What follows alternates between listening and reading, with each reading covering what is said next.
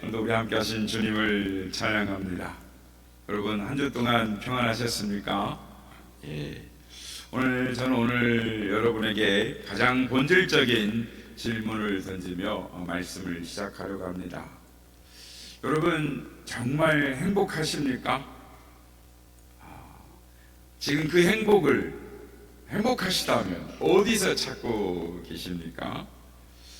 독일의 대문호 괴테는 왕이든 백성이든 자신의 가정에서 행복을 찾는 자가 가장 행복한 사람이다 라고 말을 했습니다. 러시아의 문호 톨스토이는 반대의 이야기를 했습니다. 무서운 경고를 했는데요, 가정에서 행복을 얻을 수 없다면 세상 그 어디에서도 행복을 얻을 수 없다. 사랑하는 성도 여러분, 5월 가정의 달을 보내면서 우리 모두가 서로 행복한 가정을 이루고 있는가? 우리는 행복한 가정을 이루기 위해서 어떻게 살아야 할까? 새롭게 마음을 다짐하시는 오늘 예배가 되시기를 예수님의 이름으로 축복합니다. 여러분 어떤 가정이 좋은 가정입니까? 하나님이 이 땅에 교회를 세우시기 전에 가장 먼저 만든 신성한 기관이 바로 가정입니다. 그래서 가정은 모든 사회의 기초인 것입니다. 기초가 튼튼해야 그 위에 세운 것들이 무너지지 않죠. 뿌리가 깊어야 거친 비바람이 불어와도 나무는 쓰러지지 않는 것입니다. 원래 가정은 쉼을 얻는 곳이죠. 세상 밖으로 나가서 거친 파도와 싸우다가 지치고 상한 사람들이 가정의 문을 열고 들어와서 푹 쉬고 위로를 얻고 충전을 받는, 새 힘을 공급받아서 나가는 우리의 충전소가 가정인 것입니다. 그런데 우리의 가정은 어떻습니까? 오늘날 우리는 무서운 위기를 겪고 있습니다. 위기는 위험한 고비라는 뜻입니다. 지금 정치가 위기입니까? 경제가 위기입니까? 아닙니다. 진짜 무섭고 치명적인 위기는 우리의 가정이 처참하게 깨어지는 것, 그것이 위기인 것입니다. 대한민국에서 세계에 부끄러운 1위를 달리는 통계들이 참 많습니다. 그러니까 알코올 소비량 1위, 청소년 중독률 1위, 그리고 이제 황혼 이혼율마저 세계 정상을 향해 치닫고 있습니다. 그러니까 우리나라의 이제 이혼 건수가 줄어드는 추세로 나오고 있는데요. 통계는 그렇게 나오는데 실상을 보면 혼인 자체가 줄어들면 젊은 사람들이 결혼을 안 해요. 그러니까 결혼이 점점 연령대가 올라갑니다. 올라가니까 이혼 연수가 점점 매년 감소하는 것 같지만 결혼 생활 20년 이상 유지한 부부의 이혼, 즉 황혼 이혼의 비중은 24년에서 25년도의 통계치를 보면 전체 이혼의 무려 35.6%를 차지하는 역대 최고치를 기록을 하고 있습니다. 이게 무슨 뜻입니까? 대한민국에서 이혼하는 3쌍 중 한 쌍은 머리가 하얗게 휘어진 황혼의 부부라는 사실입니다. 뿐만 아니라 65세 이상의 고령자 가구가, 그러니까 혼자 외롭게 살아가는 이 독거노인 1인 가구가 비중이 이제 이미 20%를 넘어섰어요. 그러니까 5명 중에 1명은 혼자 산다는 거죠. 성도 여러분, 세상의 모든 것을 다 얻고도 가정을 잃어버렸다면 그 인생이 성공한 인생일까요? 아니면 철저하게 실패한 인생일까요? 여러분, 세상의 부모들은 자녀를 남들보다 더 잘 키우려고 참 노력을 많이 합니다. 피눈물을 흘리면서 자녀를 키우죠. 그러니까 서울 같은 경우에는 강남에다 일타 강사가 있는 학원에 보냅니다. 밤낮으로 고액 과외를 시키죠. 그래서 코가 석자나 빠지도록 학원비를 대느라고 허리가 휘는 게 아닙니다. 요즘은 부모의 뼈가 녹아내린다라고 말을 할 정도. 그런데 정작 세상 학문의 정점이자 세계 모든 부모가 보내고 싶어서 안달이 난 미국 하버드 대학의 공중보건대학원에서 최근에 어떤 경이롭고도 무서운 연구 결과를 발표를 했습니다. 그게 뭔지 아십니까? 하버드대 연구팀이 수만 명의 이 청소년들을 수년 동안 추적 연구를 했습니다. 그러니까 과연 이 하버드의 머리 똑똑한 애들, 세계에서 가장 우수한 아이들이 학교를 졸업하고 나가서 어떻게 살고 있는가 이를 살펴봤더니 이 거친 세상에서 낙오되지 않고 정신적으로 건강하고 행복한 사람으로 살아가는 사람이 누구인가. 그리고 요즘은 인공지능이 개발됐잖아요. 그래서 인공지능과 통계학을 이용해서 정밀 추적을 했는데 그 결과가 전 세계 교육계를 발칵 뒤집어 놓을 충격적인 결과가 나왔습니다. 누가 잘 사느냐? 어릴 때 부모님과 함께 정기적으로 예배를 드리고 거실의 식탁에서 밥상머리 교육이죠. 하나님 말씀을 이야기하며 기도의 유산을 물려받은 청소년들이 성인이 되었을 때 더 잘 살더라는 거예요.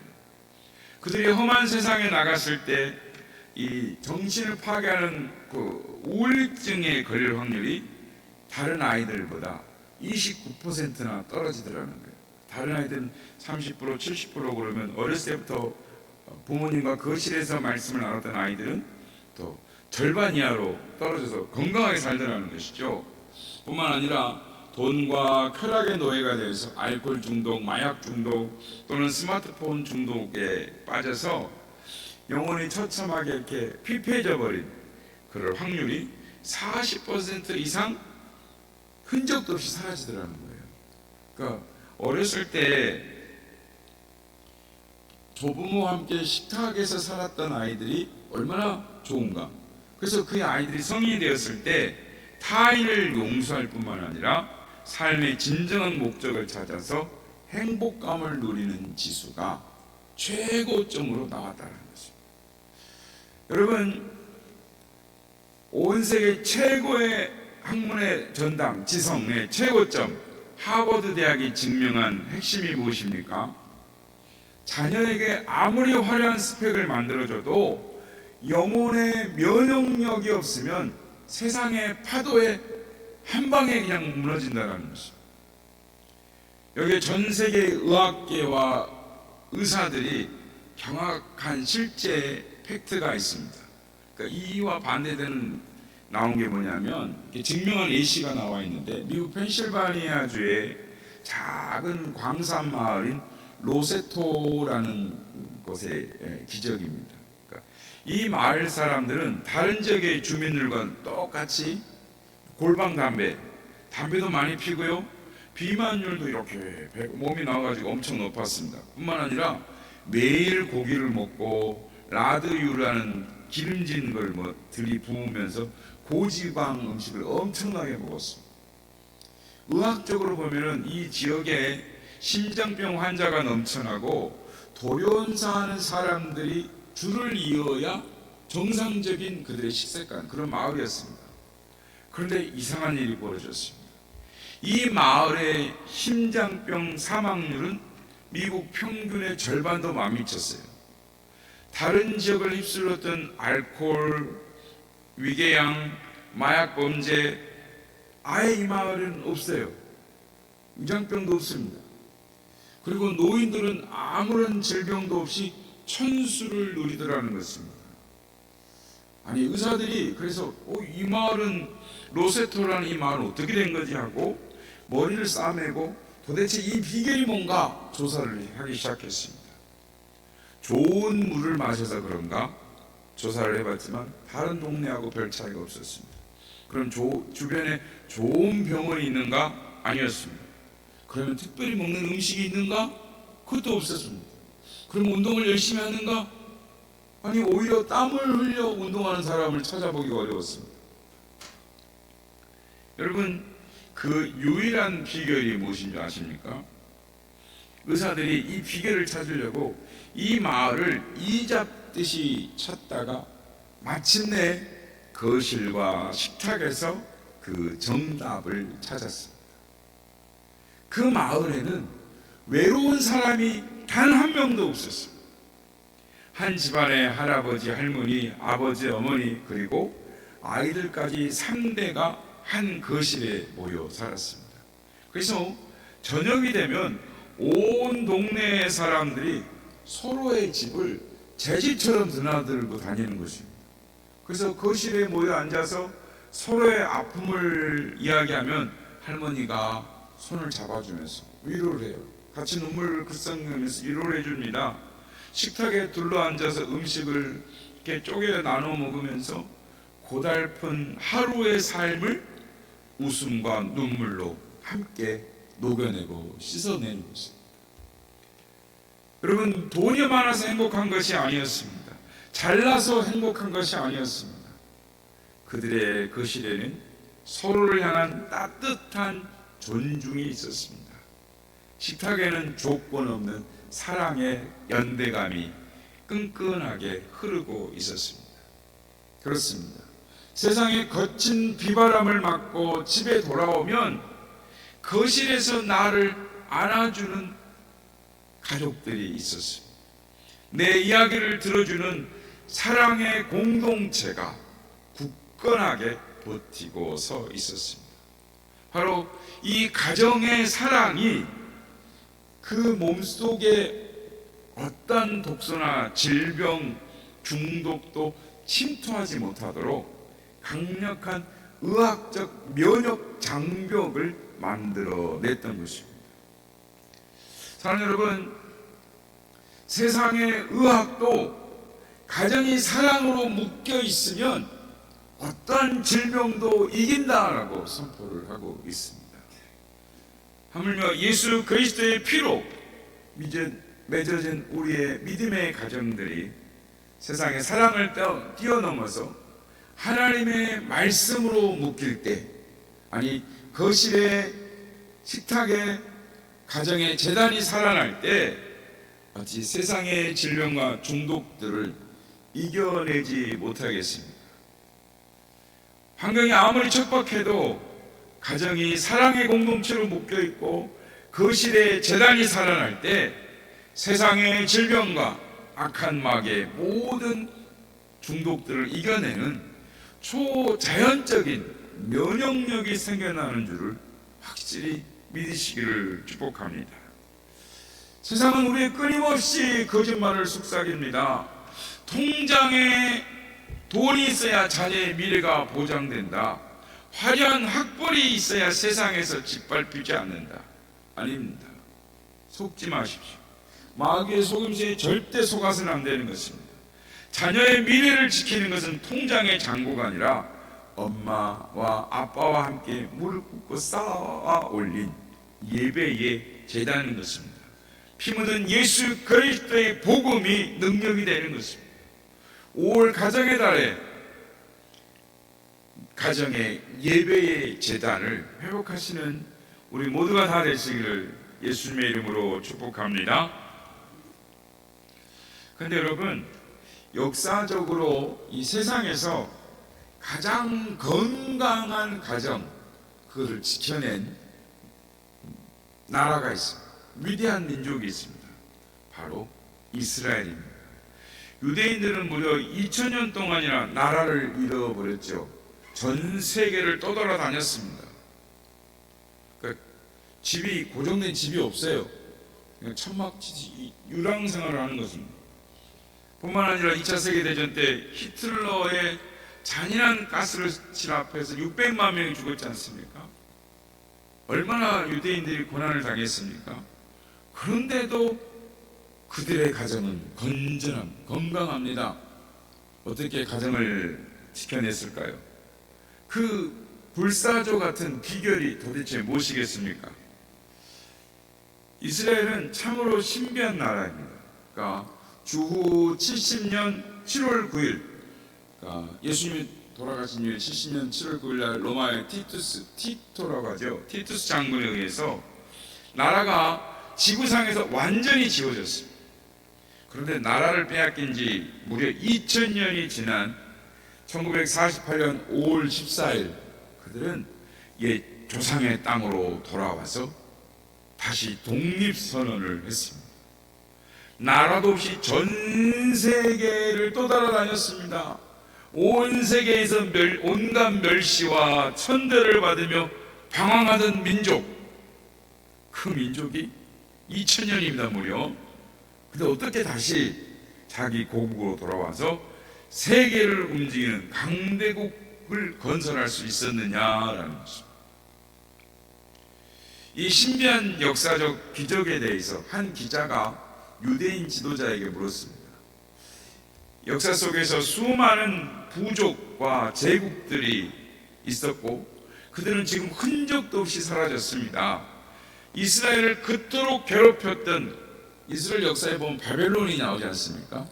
강대국 바벨론은 지금 흔적도 없이 다 사라졌죠. 유럽과 중동을 뒤덮었던 거대한 사라센 제국도 없어졌습니다. 그리고 블레셋이라는 민족은 지구상에 흔적도 없이 다 사라져버렸습니다. 그런데 당신 유대인들은 2000년 동안 나라 없이 떠돌면서 어떻게 이렇게 건강하게 건재할 수 있느냐, 그 비결이 무엇이냐라고 물었습니다. 그때 유대인이 간단하게 대답했습니다. 첫째는 하나님의 도우심입니다. 기자가 다시 물었습니다. 그렇다면 하나님의 도우심이 뭐냐? 더 구체적으로 역사적 통로를 과정을 통해 한번 말해달라 이랬어요. 그랬더니 이 유대인들이 단 두 단어로 대답을 합니다. 그것은 바로 회당과 가정입니다 라고 말했어요. 그러니까 히틀러가 유대인을 멸절시키려고 온갖 군대를 동원해서 유대인들을 학살하고 집이며 그들이 만든 학교며 공장이며 다 파괴했습니다. 그런데 유대인의 가정만큼은 결코 파괴시키지 못했습니다. 유대인들은 나라가 완전히 파괴되고 불타버린 이 절망의 잿더미 속에서도 이렇게 기도했던 민족입니다. 하나님, 내 조국은 다 파괴되었어도 내게 가정을 남겨두셨으니 감사합니다. 그렇습니다. 유대인의 가정은 히틀러의 총칼도 파괴하지 못했습니다. 그래서 요즘 어떤 말을 있냐면 원자탄도 유대인의 가정은 파괴 못한다. 무슨 말이냐면 이들이 2000년간 유랑생활 속에서도 민족의 정체성을 지키고 가정을 건강하게 지켜온 핵심의 고리, 그건 바로 안식일이었습니다.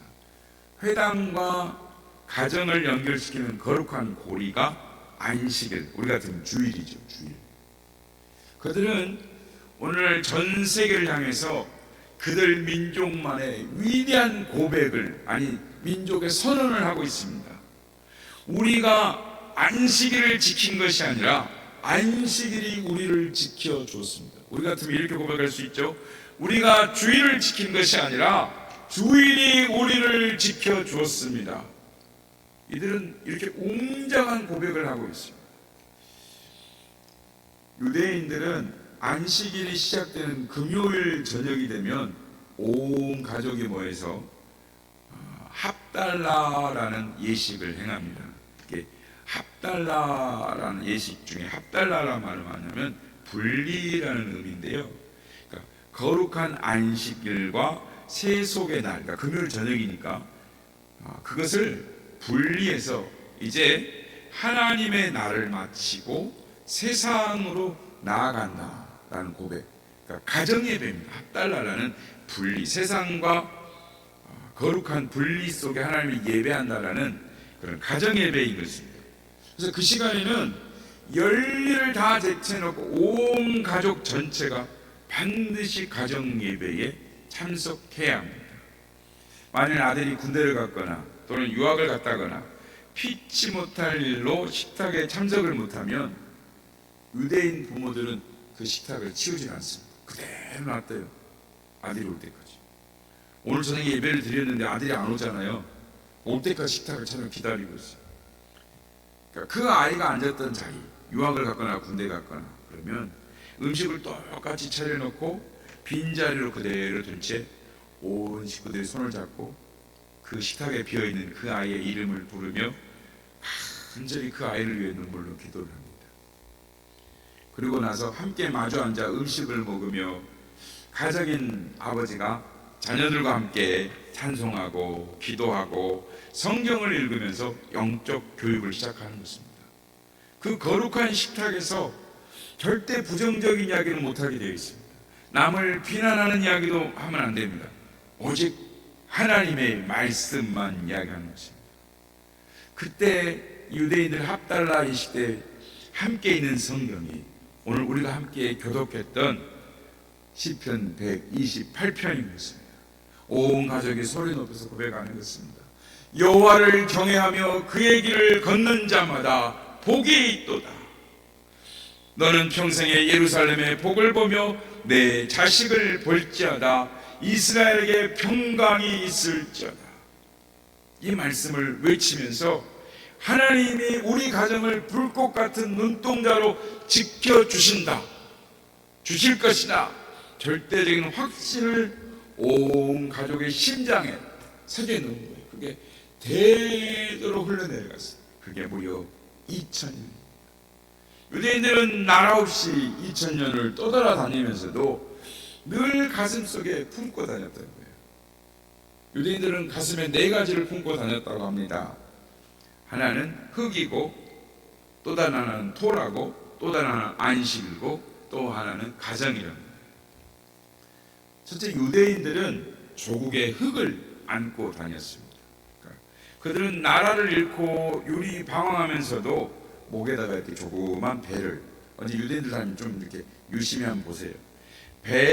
조그만 배자루를 목에 걸고 다녔는데 그 속에는 언제나 그리운 조국의 흙이 들어 있었다고 합니다. 그들은 그래서 타국에서 죽음을 맞이할 때 유언을 남기면서 그 흙을 자신의 무덤 위에 뿌려달라고 흙을 이렇게 뿌렸다고 합니다. 조국을 눈물로 사랑하는 마음을 잃지 않은 것이죠. 둘째, 유대인들은 어디를 가든지 토라, 즉 하나님의 말씀을 절대 잃어버리지 않았답니다. 그러니까 토라는 유대인들에게 생명줄이었습니다. 어느 정도였냐면 토라 선생님과 친아버지가 물에 빠지면 누구 먼저 건져낼까요? 아버지는 토라 선생님도 건져냅니다. 길을 가다가 황금이 떨어져 있는데 황금 앞에 토라가 있으면 황금을 지나서 토라를 먼저 챙깁니다. 잉크가 엎질러져 가지고 자신의 비싼 옷에 그리고 토라와의 동시에 잉크가 묻었다. 그러면 옷은 놔두고 토라부터 챙겨서 잉크를 닦는, 그게 유대인인 것입니다. 그들에게 언제나 하나님의 말씀인 토라가 절대 우선이었습니다.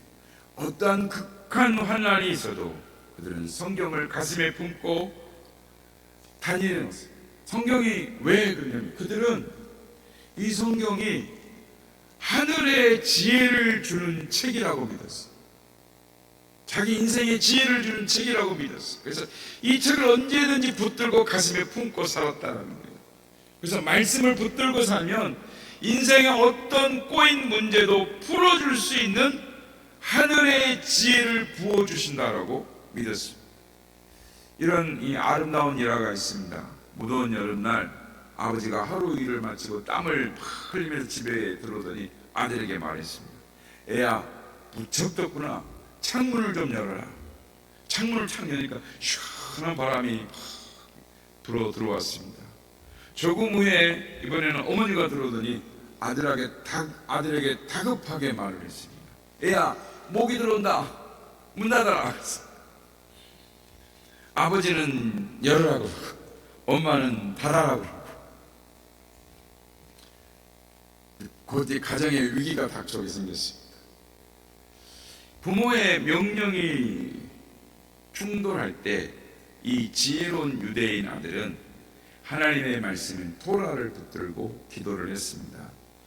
하나님, 아버지는 열나하시고 어머니는 닫으라고 하시는데 제가 어떻게 해야 두 분을 다 공경하고 만족시켜 드릴 수 있을까요? 제게 지혜를 주세요. 그때 하나님께서 토라의 이 토라를 청취하를 통해서 아들의 마음에 맑은 지혜를 부어주셨는데 아들이 무릎을 탁 치면서 일어나서 무엇을 했습니다. 그것이 무엇인지 아십니까? 바로 방충망을 달았습니다. 이것이 바로 말씀이 주는 지혜인 것이죠. 아버지가 옳으냐 어머니가 옳으냐 이것을 두고 싸우는 것은 세상의 논리죠. 그러나 하나님의 말씀을 붙드는 사람에게는 양쪽을 다 살리는 제3의 길, 하늘의 방충망과 같은 지혜의 길이 열리는 줄 믿으시기를 바랍니다. 성도 여러분, 성경을 읽어야 하는 것입니다. 성경을 배우셔야 하는 것입니다. 하나님의 귀한 말씀을 가슴에 새겨야 하는 것입니다. 그래서 유대인들은 성경을 가슴에 안고 다녔습니다. 셋째, 그들은 안식일을 그들 마음에 안고 다녔습니다. 품고 다녔죠. 2000년을 방황하면서도 그들은 목숨을 걸고 안식일을 지켰던 유대의 민족. 결국 그들의 고백처럼 안식일이 그들을 지켜주었죠. 넷째, 마지막으로 유대인들이 가장 확실하게 품고 다닌 것은 바로 가정이었습니다. 유대인의 이 가정 식구들은 영적으로 항상 하나였습니다. 그러니까 조금 전에 말씀드렸처럼 군대에 간 아들이 있으면 저녁 식탁에 그 아들의 숟가락과 젓가락을 그대로 놓습니다. 따뜻한 밥도 퍼놓고 그 자리에 아들이 앉아있는 것처럼 믿고 온 가족이 손을 잡고 기도를 합니다. 유학 간 자녀, 멀리 출타 중인 아버지, 친정에 간 어머니 똑같이 자리가 비어있으면 숟가락을 차려놓습니다.